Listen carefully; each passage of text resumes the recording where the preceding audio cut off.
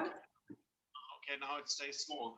So I only see you in small now because my presentation is over. Yeah, That's it. That's it. So we're going to start. So welcome again, everybody, to another webinar with us, another Wednesday, another bit of education session. Today we are going to be chatting about testicular cancer, because as we know, April is Testicular Cancer Awareness Month.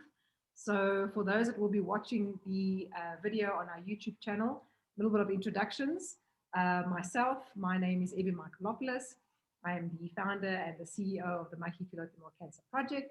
Joining me today, co-founder and director, John Komnenos.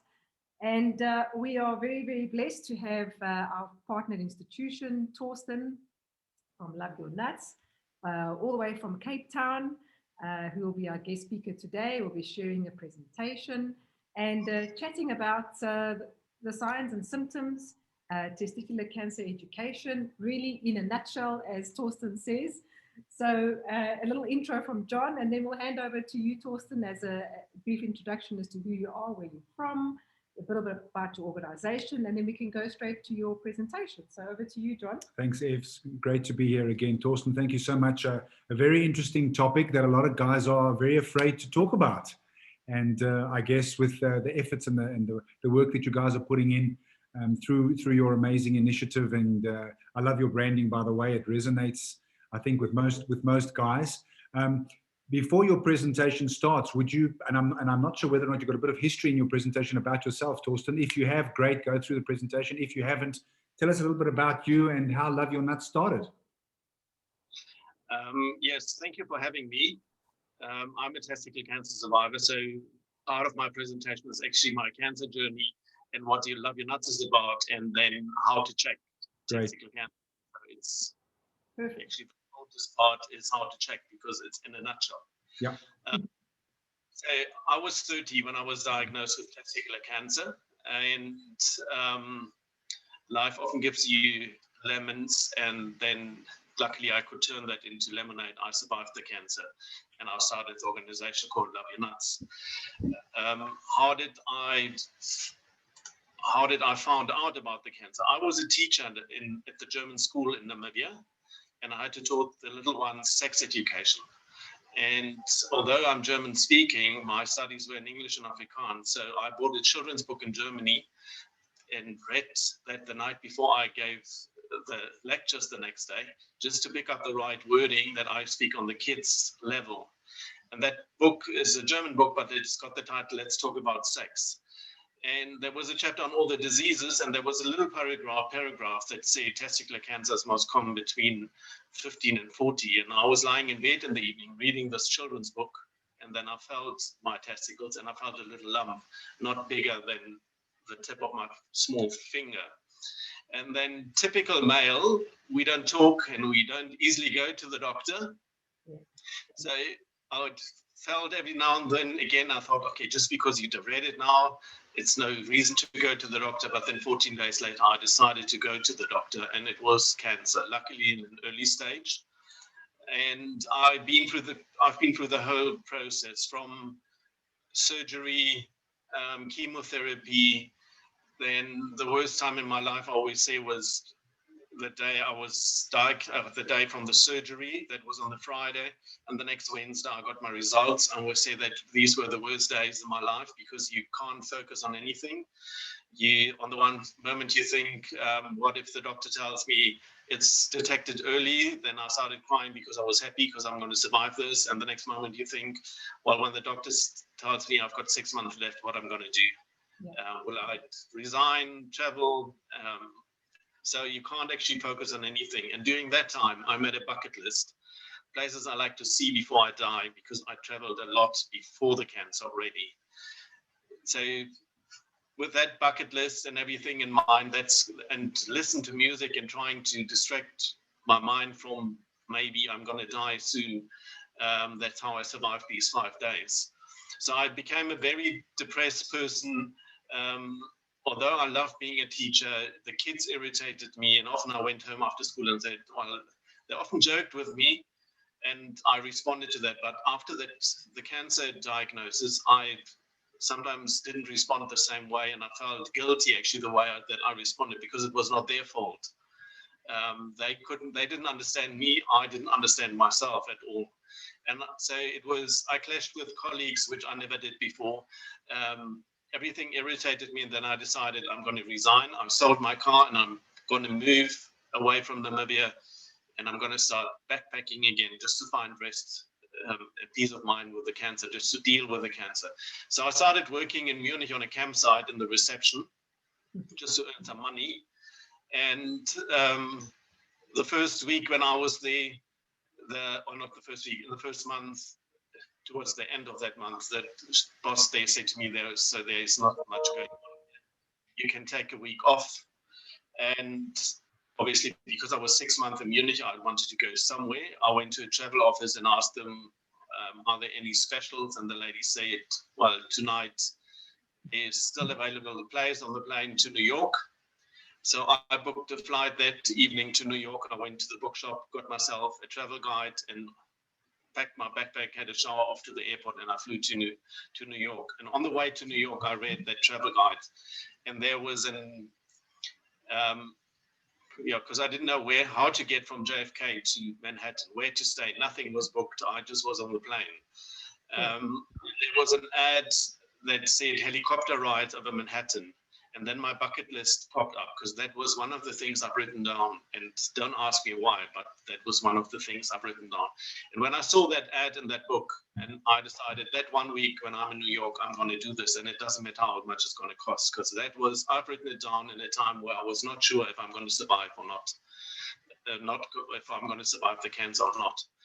And on the 4th day, I flew over Manhattan, and today still, even if it's like 25 years ago, it's still for me the most emotional moment in my life, because suddenly I realized it's actually up to me to either I park here and carry on living that depressed life and blame cancer for everything, or I guess the first year in and move on and get a grip onto my life again. And I realized on that flight that if you've got aims and dreams in life, it doesn't matter if they make sense to anybody or not. If you follow them, then life makes sense. Because before the time of being depressed, I had thoughts like, so if I die, there is another biology teacher that can take over my class. I'm not that important. Yeah. That was my thoughts.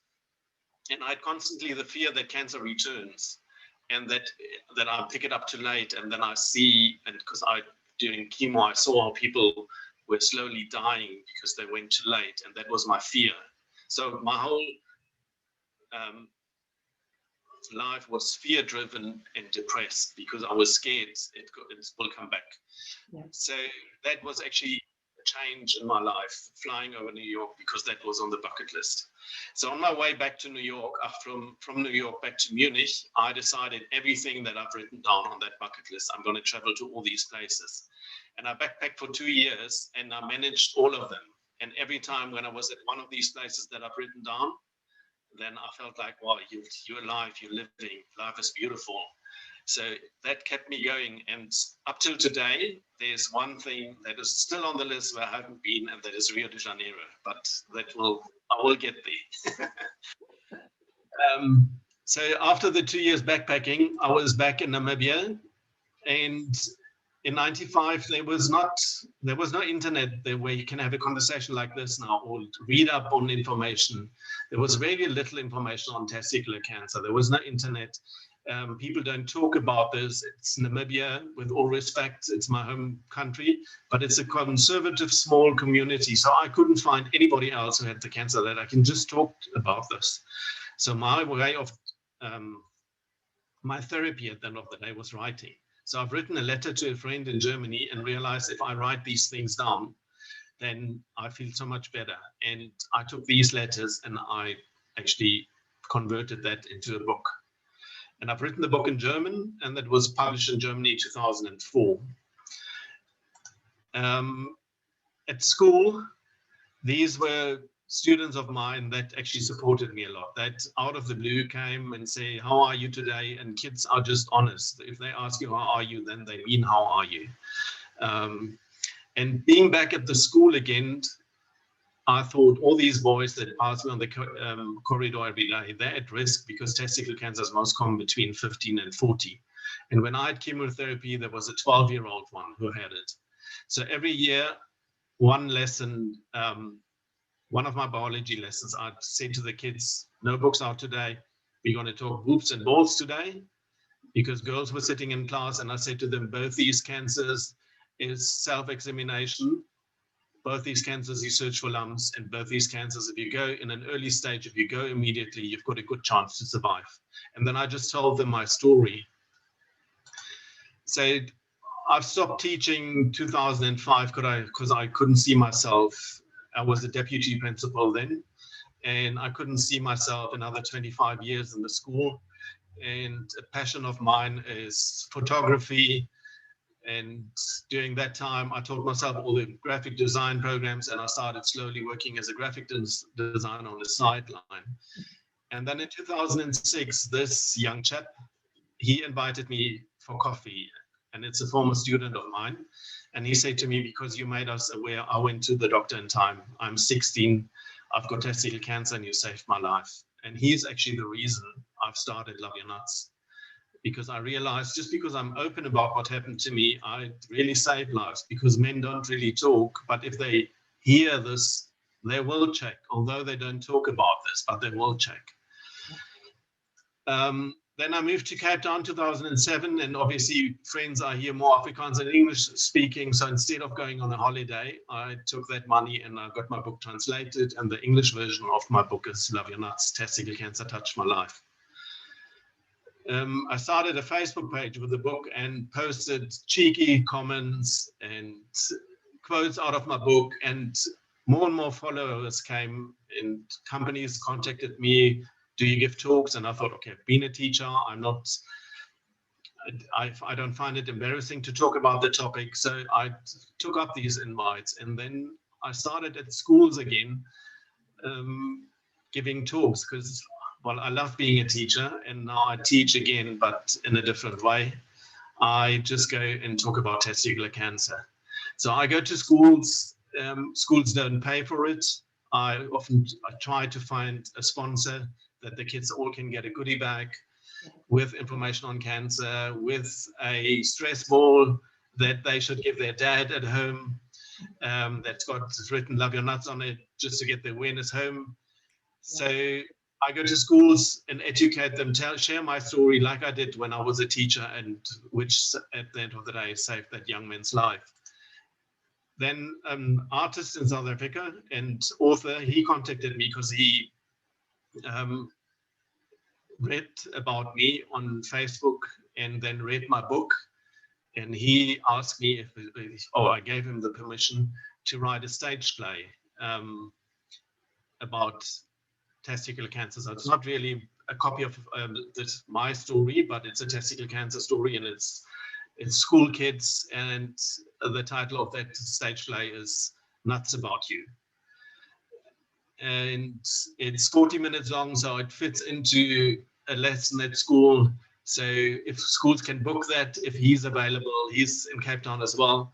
So then he goes to schools, and it's a one-man show where in a humorous way, but very dramatic as well, get the message across about testicular cancer, and actually that it could happen to anyone. It doesn't matter what's your skin color, if you're rich or poor, doesn't matter, cancer is not picky. That's actually the message behind his story.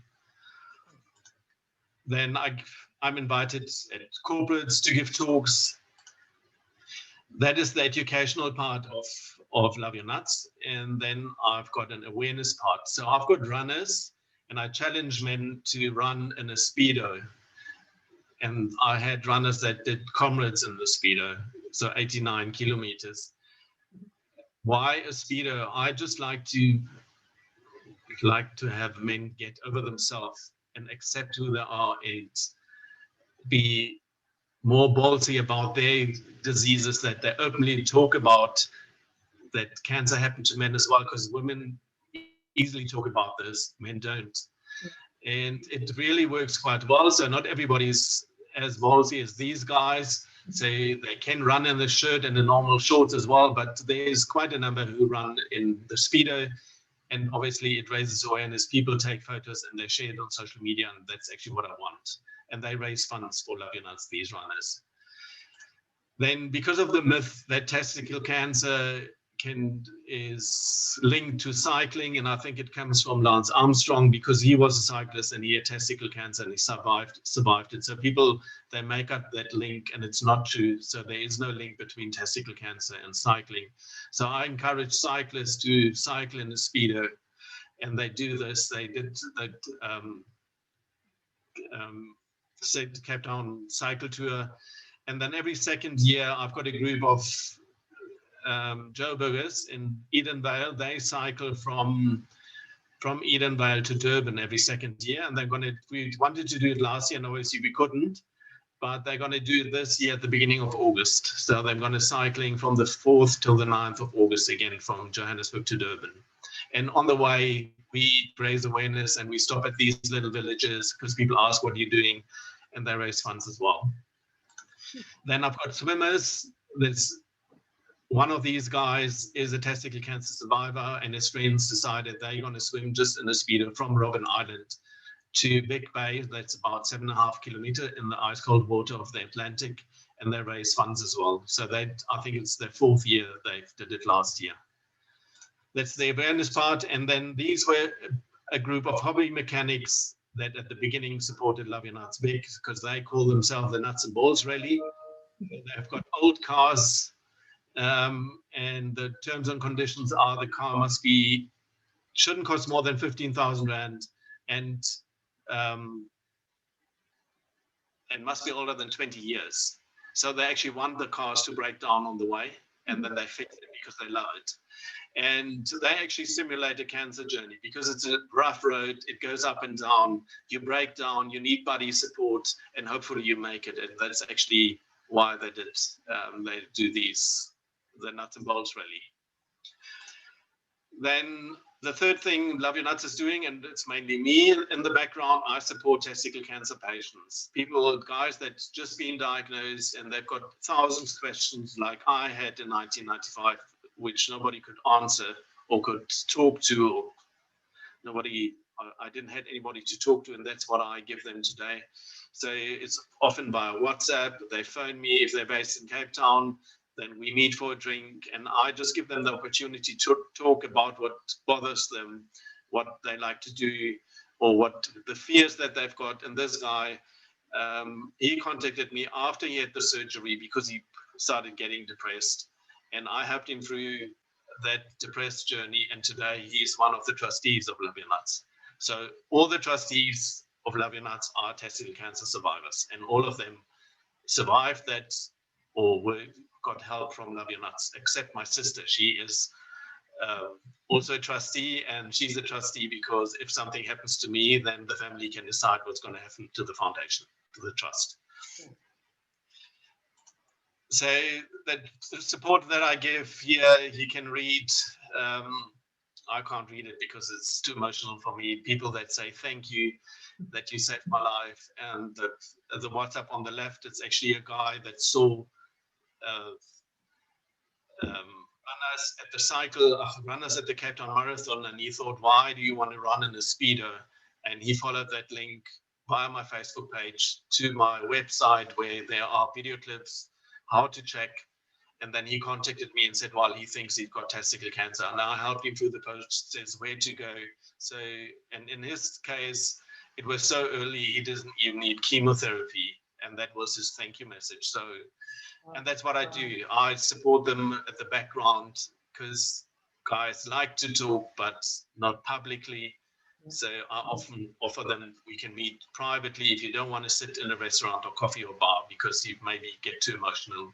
Then I'll meet them at home, or they come to my place and they just chat. It's just get it off your chest that bothers you, actually, and that helps them a lot. So that is the third part. Love Your Nuts is actually education, awareness, and support.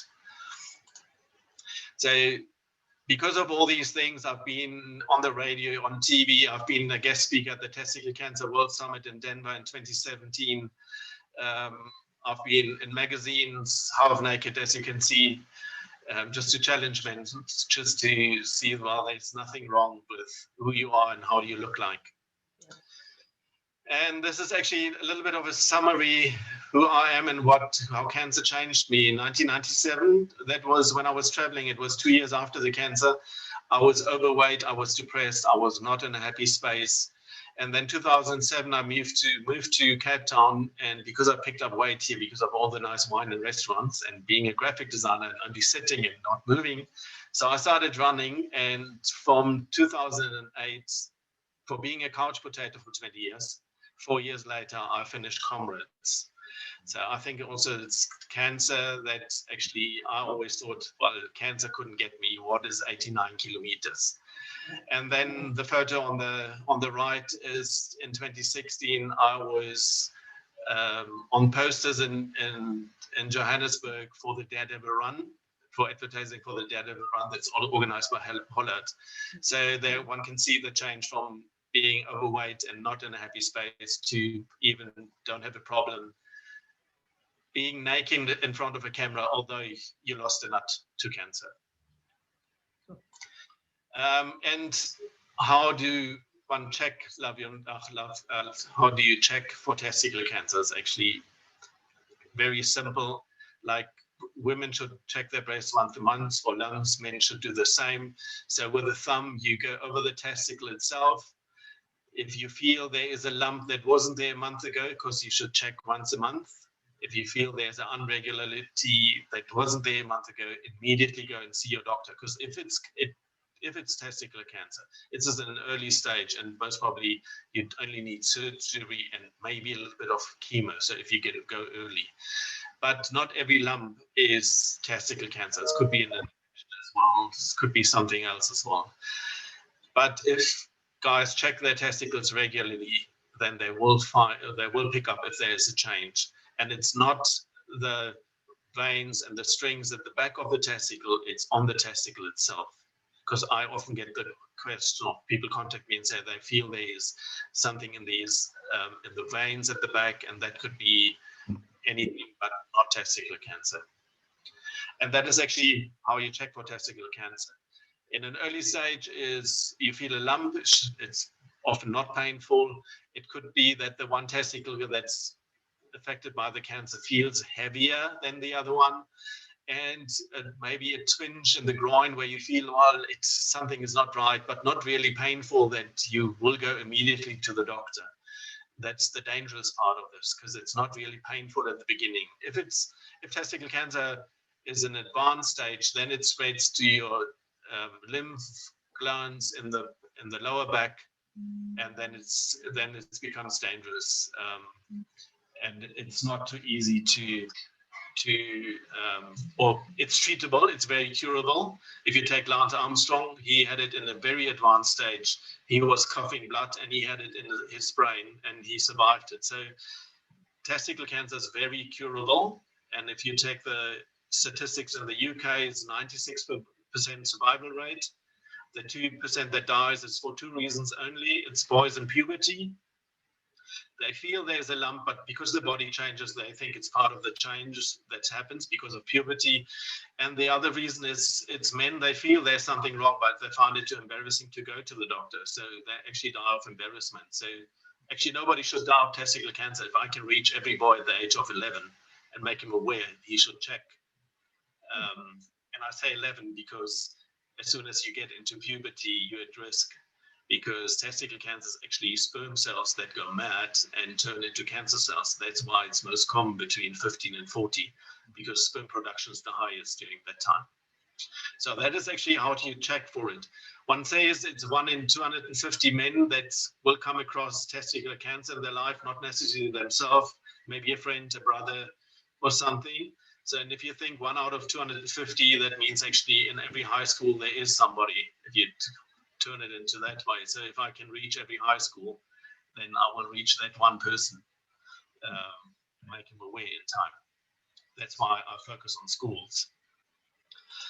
As I mentioned, my social media is very cheeky. It's Fantastical Friday, whatever gets into your pens, make sure it's not testicular cancer. Skip leg day, because I've got a lot of followers that are gym bunnies. check your weights, always in a cheeky way. And I think that's why I Love Your Nuts works, because men love humor. We like making jokes below the belt, but if it's serious, we don't talk. And with that title, Love Your Nuts, they think it's a joke, and then they realize it's something serious. And then I've got their attention. That's what I actually want. COVID actually forced me to think differently, because I can't go to the schools at the moment, and I can't reach all the schools because I don't have too many people that are willing to go, men that are willing to stand in front of a school group and say, well, I had testicular cancer, and share their story. So I've got a cancer school program where kids learn where can I find help if I'm diagnosed? How can I support a family member or a friend that's been diagnosed? And what can I do in my community for charity? And what is a healthy lifestyle? What can I do to live a more healthy lifestyle that I don't give cancer a chance? So during lockdown, I thought I have to do something else, and I converted that school program into an app idea, and it's going to be a game, because kids love playing games. And at the end of the day, you start in your heart and you float through your body and you search for the bad cells, that's being the cancer cells. And you have to, then you have all the challenges that's part of the cancer school program. So it's questions that you have to answer. And for that, you get energy bombs. And with these energy bombs, you can destroy the bad cells in your body. And the challenge is to get as old as possible on the game, say like 100 years old or whatever. And the kids can play it on their own.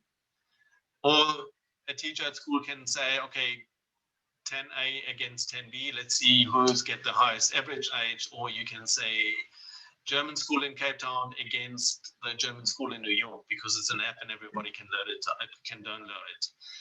So that's the only positive part of COVID for me, that I got up and had enough time to think about a new idea to get it out. And with an app, I can reach every corner of the world, actually, not only I have to go physically to schools where I give them the cancer school program, and I'm not sure if they're going to use it.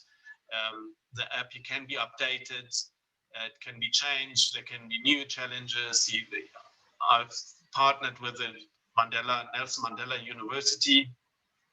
They're willing to develop this because research can be plugged in there. So if there is a research project at a university, and for example, obesity in high school kids or whatever, these questions could be added into that game. And that's a way they can get their data for their project. So that only happened last week, that I partnered with the university. So I'm quite excited. So it looks like the Cancer Smart app is going to happen hopefully soon. And I called it Cancer Smart, just to be smart enough that cancer can't get you. And yeah, that is actually, it sums it up. Just because it's an embarrassing place, it's still not worth dying for. That's me in Love Your Nuts in a nutshell. Thank you, Torsten. Wow, that's a fantastic journey, and there's so much positive that comes out of just talking to you. We can feel your enthusiasm and your passion, not only for your brand, your project, but also for life. And so that's the first thing I want to say. Secondly, congratulations on the Cancer Smart. I think it's fantastic. I think you're very smart, and I do believe that it's going to have long legs. So good luck with that. We really wish you the best. You mentioned something in your earlier presentation where this all started when you were working with these young guys. Could you perhaps give the listeners or the viewers some insight into what were the types of questions, the most common questions that these youngsters would come to you with, just so that we can get an idea, because we have partnered with a lot of youth organizations, and we're hoping that they're all going to be listening to this down the line. So what are the kinds of questions that these youngsters are asking you, and what were those answers? Yeah, I must say it changed over time, because my cancer is not 25 years ago, it was 95. So, and I started talking at schools after the chemotherapy, after I came back actually from traveling.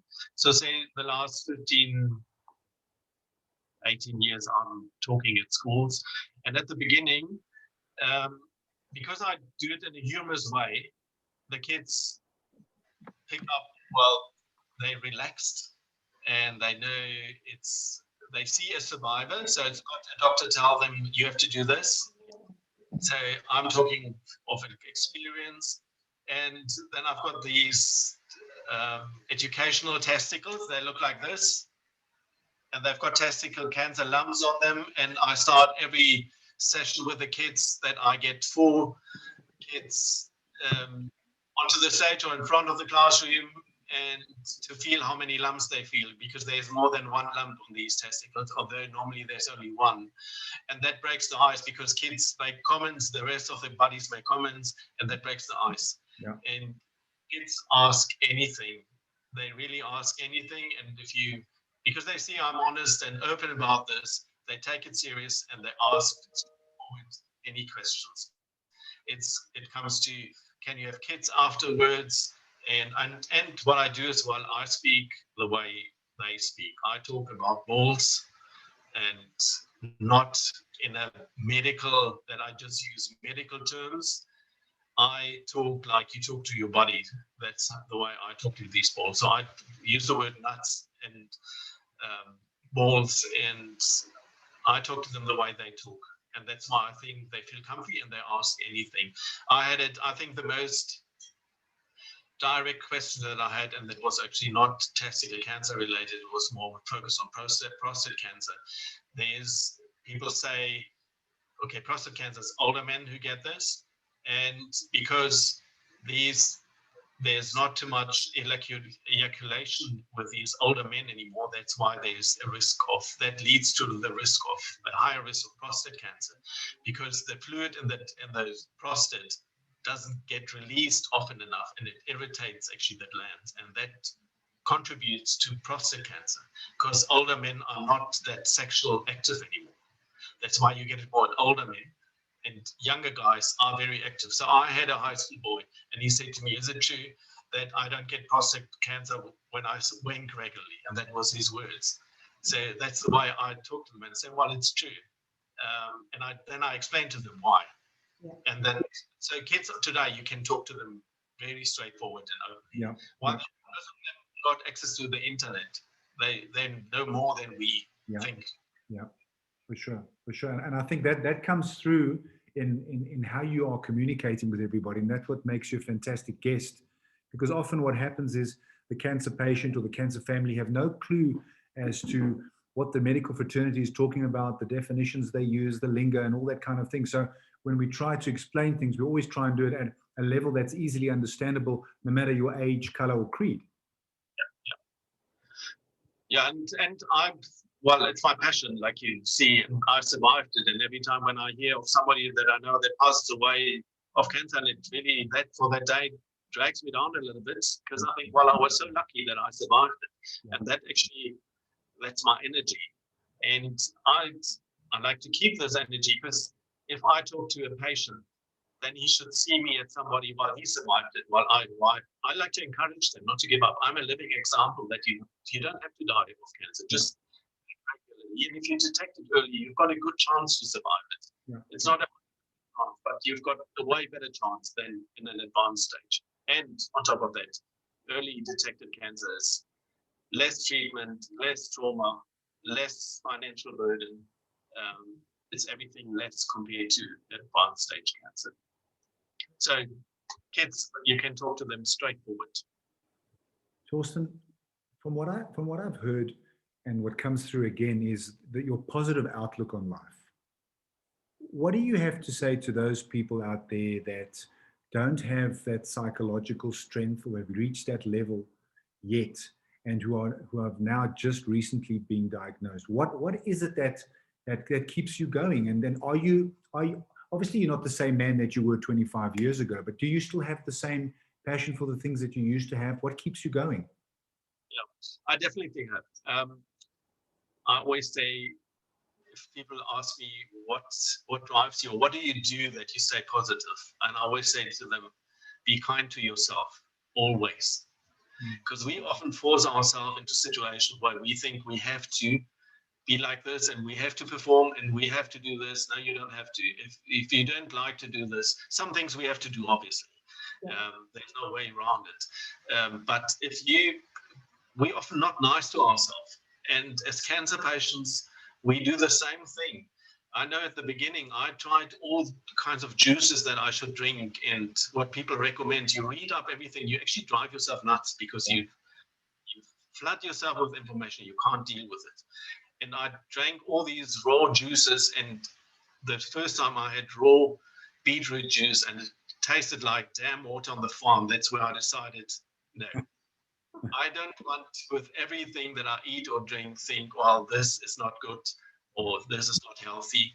I live a quite healthy lifestyle, but if I feel like a pizza or burger, I have a pizza or burger.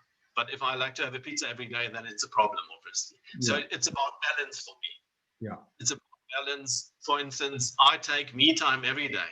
Either it's I go for a walk or run, or I just lie on the couch and I do nothing, really nothing, not even the radio's on, my phone is on silent, and I don't answer anything.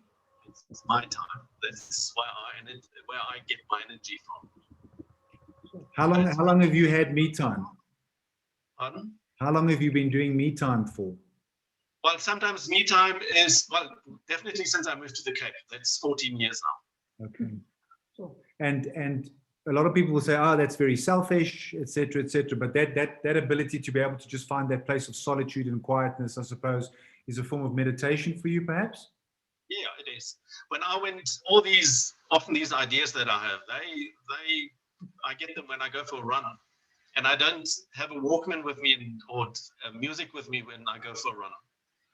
Because then I'm just be. I don't listen to anything else. Well, I'm out there in the mountain here. And then my thoughts are, sometimes I obviously try to solve problems. It's not always good things, because not that I don't have problems. We all have problems, but then I try to solve them and I try to find a way to deal with it.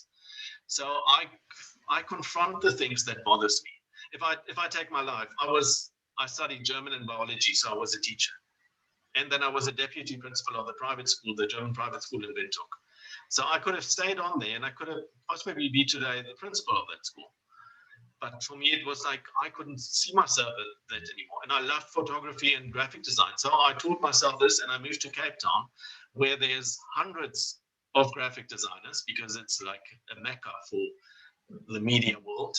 And I don't have the qualification for this. And I found a job here and I did graphic design. Yeah. And during that time, I started Love Your Nuts, and today Love Your Nuts is my passion. So I did my graphic design job, and I'm doing this full time now. I'm doing graphic design again a little bit because of COVID, because Love Your Nuts actually collapsed, no money came in. So to survive, I do graphic design again on the sideline. But graphic design stays on the sideline. I focus on Love Your Nuts because that's And I guess that message there is to live your purposeful life, and don't be afraid to step off the land onto that ship, because you never know where you're going to go to. Yeah, it's true. We're often scared to make the whole thing about the comfort zone. Well, I stepped out of my comfort zone often, and when I resigned as a teacher, I was depressed and I went backpacking for 2 years. I was on antidepressants, but I couldn't see myself in Windhoek anymore. I just needed a distance. And I knew if I go to Europe, there's nobody there's no family and friends. Yeah. I go on my own. Yeah. And I did that, and it worked out for me because it was something new. And I always said to me, if somebody asks me in Munich, how are you? Then the question is, how are you? In Windhoek was always the question, how are you? Refer to the cancer, because everybody knew about the cancer. Yeah. So I wanted to close that chapter and going away and traveling, and it was hurtful to leave the school because I love being a teacher. But I said, I can be a teacher again. For now, I have to look after myself. I have to go get myself into a space again that I could be the teacher that I was before, that happy chappy. That's what I do. So if something bothers me, I try to sort that out. Torsten, when it comes to testicular cancer, can it lead to other forms of cancer over time, even if you have your testicle removed? No, I don't think so. So it's normally the testicular cancer is normally only in one testicle. Or if you get it, it's never both testicles at the same time. I haven't heard that. Normally it's in one testicle, and you get it that a few years later, the guy will have it in the other testicle as well. That can happen, but it's normally years apart. And if the cancer spreads, say if it's in the lungs, it grows in the lungs, and it's then not lung cancer, it's still testicular cancer. Right. Because actually the cell that went through the bloodstream or through the lymph nodes, through the lymph, and it landed up in that testicle cancer cell landed up in the lung and got stuck there and started growing there. So it doesn't change into a lung cancer, although it's in the lung there, but it's actually then testicle cancer. Metastasized. Yeah, exactly. Yeah. And so it doesn't turn into another cancer. Thank you. And perhaps whilst we're on that subject, Torsten, tell us the importance of the fertility part of how it plays and interacts in the process of being diagnosed, going for treatment, something to consider pre-treatment, if not considered pre-treatment. What is the effect afterwards in terms of the fertility side of that, so we can educate a little bit on that for those that are listening? I forgot that. It's actually very important, because testicular cancer, or not testicular cancer, chemotherapy, or the chemotherapy for testicular cancer, definitely. I don't know if it's with all chemotherapies, but the one for testicular cancer definitely can make you infertile. So guys that's been diagnosed, so before they go for chemotherapy, they should go for sperm banking. So just in case that sperm production doesn't start again after the chemotherapy, then at least they've got sperm cells frozen that they can have their own kids. Yeah. I did it as well. And for me, it was driving from Windhoek to Cape Town, because in Namibia, in 95, there was not a sperm bank. So I drove to Cape Town that was the closest sperm bank. And after a year, I went again just to check if the sperm production is back. And my sperm production was back. And so I destroyed what was frozen, because I thought a normal guy doesn't freeze the sperm cells just for in case. And for me, it was, I wanted to get rid of everything that reminds me of cancer. So I didn't want anything frozen just because of cancer. So it can make you infertile. Obviously, I think during chemotherapy and when you go through the cancer journey, because it's very emotional as well, there's normally, I would say, no sex drive, because you're not really interested in that, because you've got too many other problems, but that normally comes back as soon as you can cope with the cancer. So it's back to normal. You can have kids. It doesn't influence your sex drive. There are guys who need sometimes additional testosterone because of the one testicle that doesn't produce enough. And testosterone is not only a sex hormone, it's also very important for bone density and everything. So guys should check if they're with the testosterone level. I do it regularly, because the older you get, it drops automatically. And in my case, I'm lucky I don't have to have additional testosterone, but I know about testicular cancer survivors that use a gel daily or every second day. I don't know how it works because I don't use it, but there's a supplement then that if there's not enough testosterone. Okay. And Torsten, is there anything that can be related to or done via the genetic testing side of things for testicular cancer, or does that not play a important role, or running testicular cancer? Well, they say if there's a family history of testicular cancer, then you are at risk. So it can be family history. The other proof that they have is boys that were born with an undescended testicle. That often, or not often, but it happens. So there's a higher risk among these boys to have testicular cancer. So ladies that are listening, or women, that if you had a boy that were born with an undescended testicle where the doctor have to, by a surgery, move it down into the scrotum because it doesn't descend after birth, then these boys are more at risk. There's a higher risk amongst them. And it's, I don't know why, but maybe because the testicle didn't develop properly, or there was an abnormal stage. I don't have exactly the reason, but there is a higher risk. And then where there was an increase in testicular cancer, it was in the 60s when they all had these tight genes. And because testicles hang outside your body and the sperm cells need a cooler temperature to develop. That's why the testicles hang outside the body. So if you're in a bath or in the shower, that's why it hangs really low, because it's actually too warm. And if it's cold, it tracks towards the body. That's how the scrotum regulates the temperature. So with these tight genes, the nuts were pressed against the body all the time. So it was actually not the right temperature. So there was an increase during that time in testicular cancer.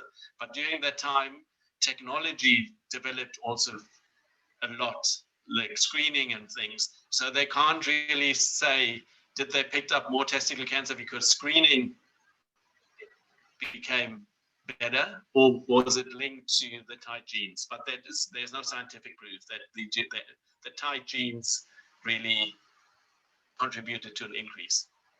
Yeah. But there was an. Sorry, go ahead. But during that time there was an increase, but they can't really prove, was it now because they got better scanning methods or X-rays to check it, to pick it up, or was it really the tight genes? Any questions from any of our listeners and viewers out there? Anybody got a question? Torsten, does testicular cancer show up in blood tests?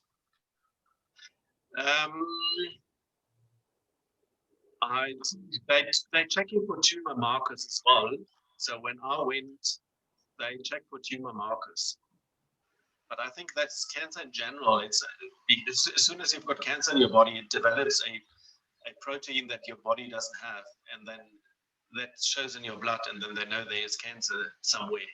But they do the blood test for tumor markers if you've got testicular cancer as well. So besides Rio de Janeiro, Torsten, is there anything else on your bucket list that you could like to share with us? Well, a lot. Well, I've been to 50 countries now. Wow, that's amazing. And Rio is still on the list, like I said, but if I look at the world map, then there's so many places. Then I see Costa Rica, and then I see Madagascar, and yeah, well, I will never stop traveling, because traveling was also my healing journey. People often ask me which countries were the nicest ones, and I say to them, it's beautiful everywhere because it's different.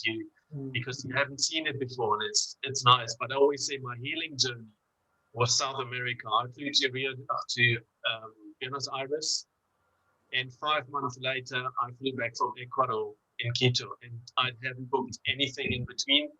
I just had the only planet, and I backpacked for 5 months.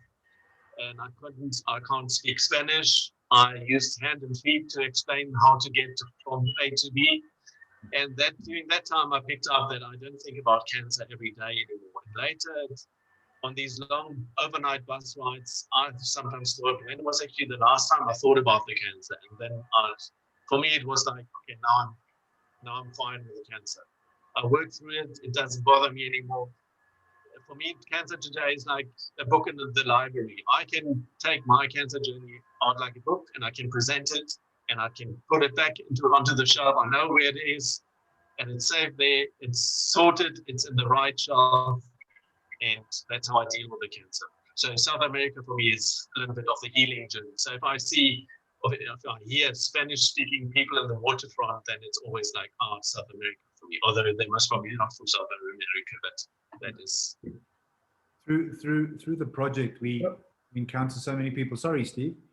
Just quickly. No, I just wanted to say, if you go to Rio, it's Portuguese, not Spanish. Yeah, I know. Torsten, through our project, obviously, Filorimo Cancer Project, our goal is not only to create awareness about cancer, its treatment and causes, but it's also to help people through their journey and hold hands with them from beginning to end. And And we're proud to have our cancer champions on board. I don't know, Steve, if you were doing a sign of I'm a victory, I've just won, or you were stretching, but yeah, we're talking about our cancer champions. And Nicole's there, Steve's there. Torsten, how important, and Rika, yes, how important is the bucket list? How important is it to have something to look forward to? I think for me, it was important. Well, I realized it was important when I did the first thing on the bucket list, how it touched me emotionally. Yeah. Because we all have needs, and if once you do one of these things, then you realize, well, I always wanted to do this, and this is really beautiful. And then that drove me actually, because I wrote these things down because I didn't know if I'm going to survive or not. Yeah. And then actually, a month later, just because it was a flight to New York and I had New York on my bucket list, that's why it happened. That flight could have been to somewhere else, and then probably it didn't happen. But I think a bucket list it's a nice thing, because we always say, one day I like to do this, or one day I like to go there. Why wait for one day? You never know if this one day is going to come. I was 30 and suddenly I had testicular cancer. Yeah. So if you can do it now, then fulfill your dreams now, and that makes life beautiful. I once spoke to a testicular cancer survivor after he's been through everything as well, and he was fine. And he said to me, life is more colorful now. When he ate an apple before he had the cancer, he ate an apple because he was hungry. Now, after his whole cancer journey and everything, he still eats an apple because he's hungry, but he thinks, tastes nice. That's good. So there's a little bit of extra. And yeah, that is actually what cancer did to my life. I see life very colorful, but in every perspective. So if I'm happy, I'm really happy. And if I'm sad, I'm really sad. So it goes in both directions. So it's not only that one is always happy. I'm just a normal human as well. So. And Torsten, tell us a little bit about your Nutcracker run that you had this month. Because last year, normally the biggest fundraisers for Love Your Nuts are the marathons. Yeah. And everything was cancer. So there was no income last year for Love Your Nuts. And everybody started a virtual run. And I thought, well, maybe it's also too much already of a virtual run. And then I decided, well, April is Testicular Cancer Run. I'm going to try it, and I'm going to start a thing that's called the Nutcracker Run. And I used 21 kilometers because we need 21 Rand to educate a child about cancer. If I buy these goodie bags, it costs nearly 21 Rand for a child. So if a child gets a goodie bag with information, he takes it home, and because of the household situation in South Africa, that goodie bag reaches up to 7 people. And if I take the price of the goodie bag divided by 7, then it's more or less 21 Rand. That's why I choose 21 kilometer. But people could run it over multiple days, because not everybody can run 21 kilometer. And I wanted everybody to do this. I had even a 73-year-old lady who contacted me on Facebook and said she wants to do this. She walks every day, 1 kilometer is fine. I say, well, April's got enough days that you can walk 21 days. And she did that. Wow. And it really, I contacted Montague Snacks, and they gave me a huge range of all their snacks, because I like to partner with healthy brands and nuts. And if it comes to cars, maybe a nuts and bolts dealer kind of thing, because it's a guy's world. And then I contacted the courier companies and say, well, is there a chance that you give me these sleeves for a reduced price, or even sponsored? And Emirates came on board, and they said, well, yeah, you have sleeves. So it was delivered to the door, and I tried a Nutcracker run last year, November, because of November, but only in the Cape Town area. And it was like 45 people who entered. And I thought, okay. And I had collection points at different shops where they have to pick up the goodie bag. Okay. And I thought, if I have to do a nationwide thing, I can't do this. It must be delivered. Yeah. And runners like to have a medal, and runners like to get something for what they do. Yeah. Which is cool. So I found sponsors to have a buff and Love Your Nuts shoelaces and some nuts in there, and obviously information on testicular cancer, and then the courier company. And 600 people entered. So it was like, it was 80,000 Rand for Love Your Nuts this month, which last year So it's the Nutcracker Run's going to stay. It's going to be every April. They're going to be a Nutcracker Run. That's awesome. So hopefully one day it's worldwide known like November, that the Nutcracker Run is always in April for testicle cancer. I think so. I think so. We support Yeah. And we will definitely support that for you, Torsten. So we'll definitely make that. So I offered companies that they can add stuff to the goodie bag. So if a company's there and say, well, I like to get my flyers out, I'd ask them for a donation, and then I included their flyers in every goodie bag. So it was distributed nationwide.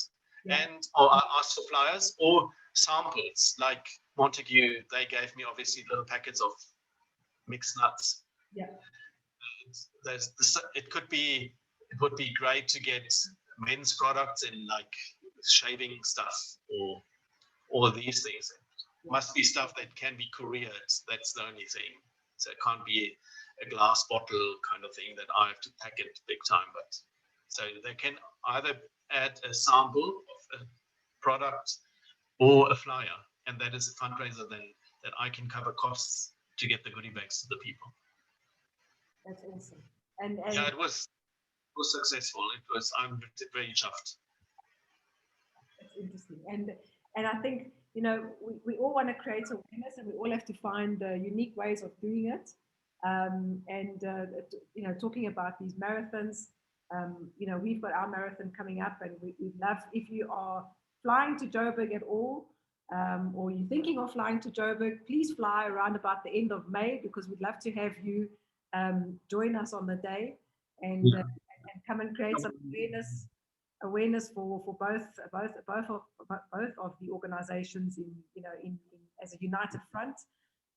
And also perhaps what we'd love to do is sponsor some of your books, Torsten, that you showed earlier in your presentation.